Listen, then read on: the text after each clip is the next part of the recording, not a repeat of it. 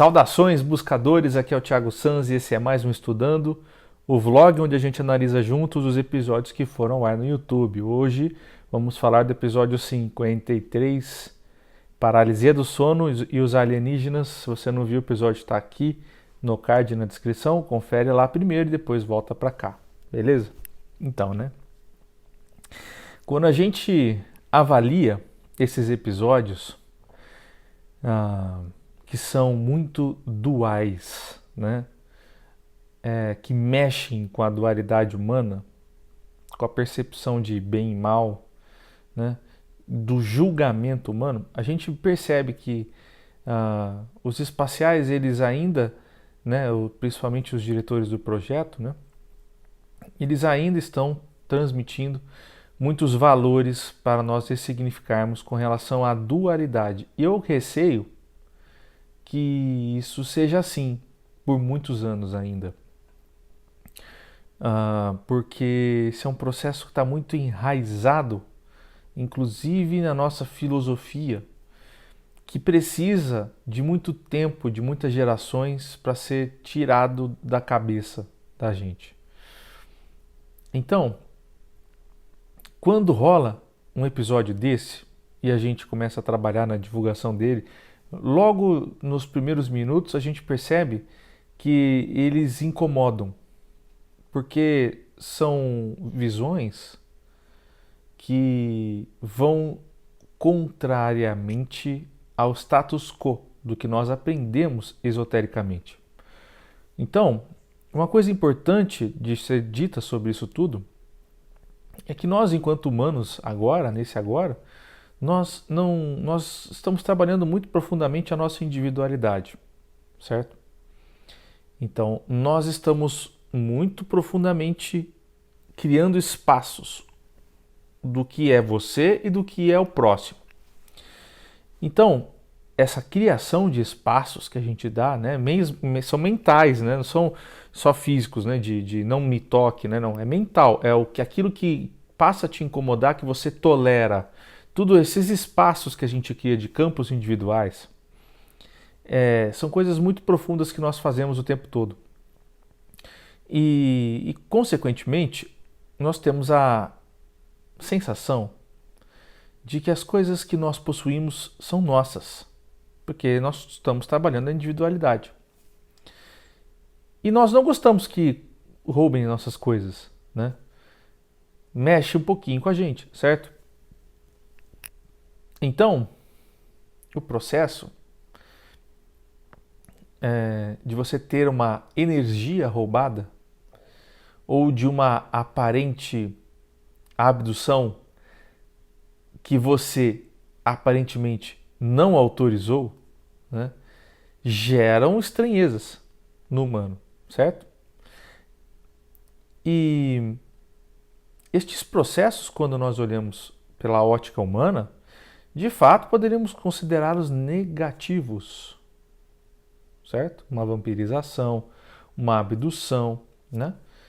Porém, olhando processos mais amplos, ou seja, processos monádicos maiores da nossa programação, nós vamos percebendo que nada disso acontece sem nossa própria anuência. Nós estamos cientes em outros níveis extrafísicos do que está acontecendo, do que estará para acontecer conosco, certo? Mesmo quando aquilo é anunciado, quando aquilo é muito devagar, quando aquilo é atraído por nós mesmos, certo? Então, a nossa percepção de termos nossa energia drenada, ela parece invasiva, porque nós estamos com este código de funcionamento individual aqui neste plano.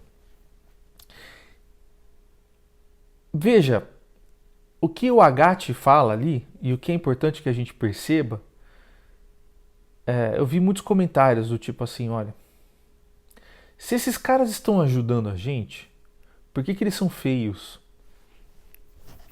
A dualidade é um bagulho estranho. Vejam só, a gente ainda está julgando a aparência de um ser, sendo que a aparência ela é totalmente subjetiva. O que é belo para uns pode ser feio para outros e vice-versa. Inclusive na nossa própria história, aquilo que é considerado feio pode ser belo em eras atrás, certo?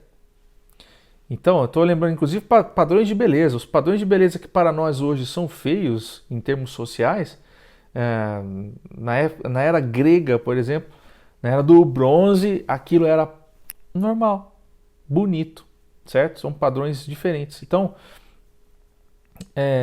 nós mesmos estamos constantemente mudando o que nós consideramos belo e o que nós consideramos bom, certo? E o que nós consideramos feio, certo, errado, bonito, mal, né? Em tempos passados, era interessante você dizer ser a favor da escravidão, não era? Não era isso, não era bonito, isso não era o certo, socialmente considerado correto? Então, nós vamos mudando, não é verdade? Então, a gente tem sempre que lembrar disso. Quando nós vamos julgar uma aparência, quando nós vamos perceber como funcionam as coisas do astral, porque nós colocamos um óculos, um filtro humano que nos impede de observar a realidade, porque estas análises de bem e mal, bom e ruim, belo e feio, certo e errado, etc., é humano. No astral não existe absolutamente nada disso. Essas distinções são humanas, né? E então eu super entendo ainda perguntas como essa, né? De por que eles são feios, se eles nos ajudam, por que eles são feios? Vejam, eles não estão exatamente nos ajudando. Existem seres que são gerados sem livre-arbítrio. Ou seja, não possuem a capacidade de fazer algo diferente daquilo no qual eles nasceram. Eles têm uma experimentação que funciona de uma forma distinta da nossa, certo? Nós estamos aprendendo outras vertentes do que a gente considera conhecimento, aprendizado, né? Sentimentos, sensações. Estes seres, como os Agat, muitas vezes, eles não estão vinculados com o mesmo nível de livre-arbítrio que nós. E nós os consideramos negativos. E aí eu pergunto para vocês, ok, se eles não têm o livre-arbítrio, se eles foram gerados dessa maneira, então, se eles não podem fazer diferente disso, por que eles seriam negativos? Será que a gente que não está realmente enxergando isso com um óculos errado, com um filtro muito humano? Porque eu compreendo, muitos desses processos que os Agats participam, da drenagem energética, são dolorosos. Eu me lembro de um processo em que eu estava projetado de costas, dormindo de costas. Eu me lembro de ter energia drenada na altura dos ombros, e aquilo doía bastante. Mas eu necessitava daquilo, entendem? Então, a gente não percebe, né? E eu entendo que esses processos podem estar atrelados à dor, né? A você olhar uma criatura feia, então você vai dizer, não, se é feio não é do bem, é demoníaco, né? Se dói, então não é do bem, né? A gente esquece que em nossos hospitais nós só não sentimos dores, né? E ainda assim sentimos, vocês sabem, mas nós não sentimos dor quando alguém vai lá operar a gente, abrir a gente no meio para tirar alguma coisa de lá de dentro que está errado, né? A gente não sente dor porque tem anestesia, porque a gente apaga, né? Depois a gente vai ver que tem uma coisa doendo, que tem que recuperar e tal. Mas esses processos também causam dor. E eles são negativos por causarem dor? Não. Então nós temos que ressignificar a dor, a morte, a dualidade, o que é belo, o que é feio, porque tudo existe, porque há função, há funcionabilidade. Perfeito? Então, o processo do Agate, ele é muito específico.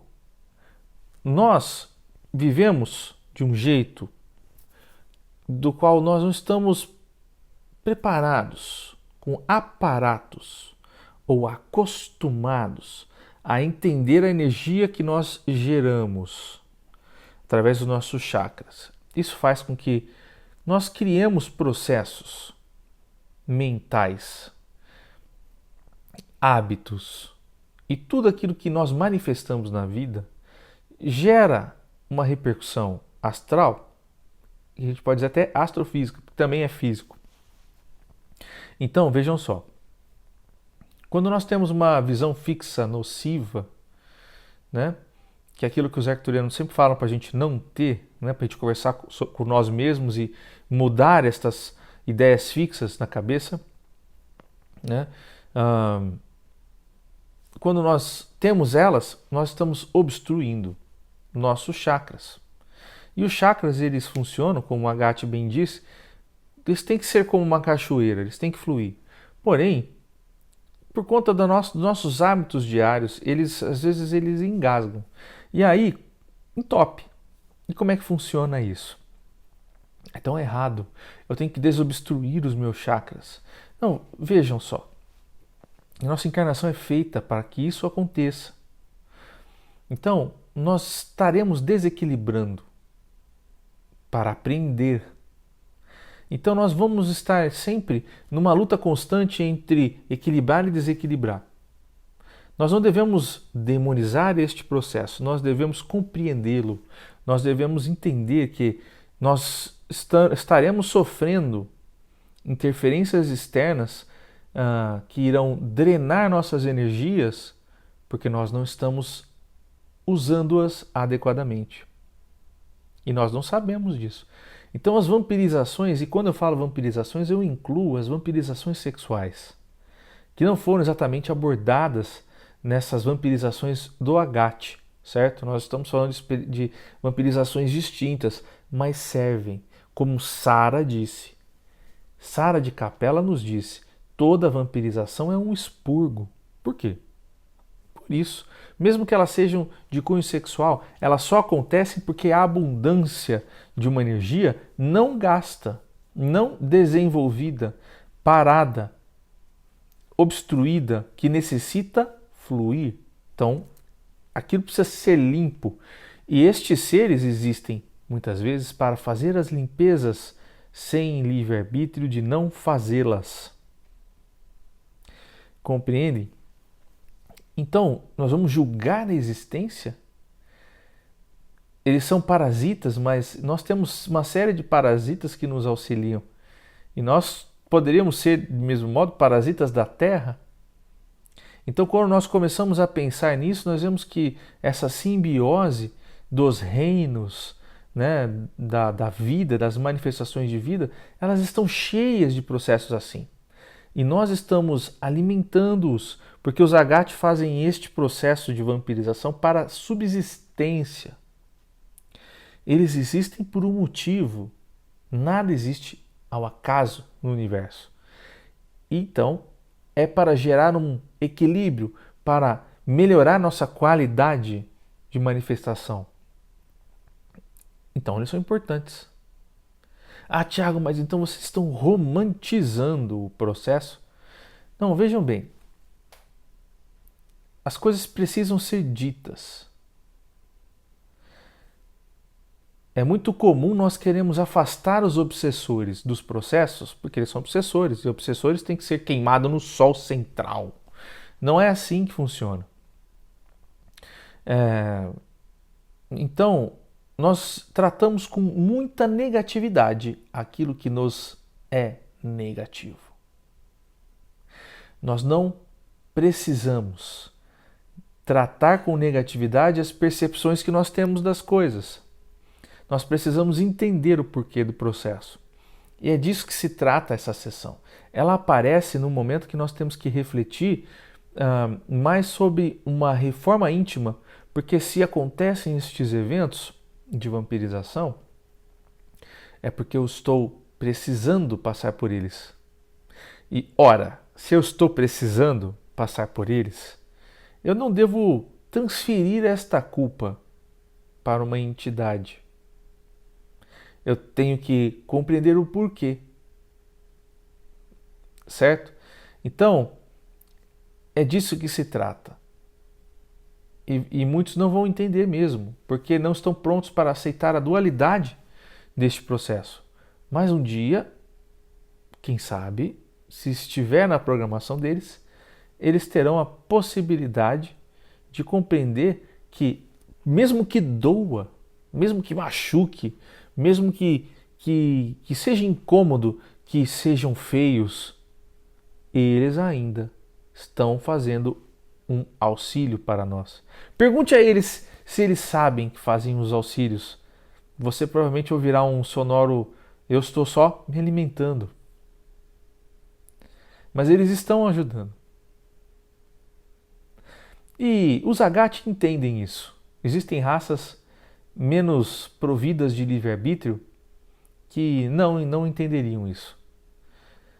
Me recordo de um diabrete que nós encontramos no astral, que a função dele era se alimentar. Era um diabetes, significa o quê? 6 ionas. Ele está comparado a um animal para nós. Ele é um animalzinho no astral. E ele faz essa função de se alimentar de ectoplasma, das obstruções dos chakras e tudo. E ele faz isso com uma maestria de plasmagem absurda. E ele tem 6 ionas. Então vejam, isso é muito comum, muito comum. Nós não devemos demonizar, nós estamos acostumados a demonizar isso. Porque o próprio processo, vamos dizer assim, espírita, também demoniza o que é obsessor. Mas quando você estuda o processo do obsessor a fundo, você vê que a ideia não é tratá-los desta maneira, como escória do processo astral, mas sim como seres que precisam ser integrados, certo? E nós devemos entender que tudo na vida existe por um motivo. Então, vamos compreender que nós é quem temos que mudar nossos hábitos, né? E aí vocês se perguntam muito, mas como é que eu percebo que isso está acontecendo, já que a gente não tem esse sensor energético para compreender isso? É o pensamento da gente, é aquilo que vem muito igual, o tempo todo, no mesmo jeito, a mesma frequência, e a gente quer fazer as coisas e não consegue. Aquele amor que a gente tem por alguém que não é correspondido e aquilo trava a nossa vida. Ou então aquela ansiedade que você tem no seu trabalho, que não passa, você quer ir embora e não consegue. Isso tudo gera processos em você. Tudo aquilo que você pensa demais está gerando esses tipos de processos. No seu dia a dia, repare nas suas ideias fixas. Elas são indícios, o seu corpo mostra. Você tem dores no corpo quando você tem ideias fixas e não consegue largá-las, né? Ideias fixas estão muito ligadas a tradicional, né? Então vejam bem este processo. E por que a gente tem? Por que essas vampirizações existem aqui, neste plano em que a gente está? Porque eles estão ligados à nossa forma de manifestação de livre-arbítrio.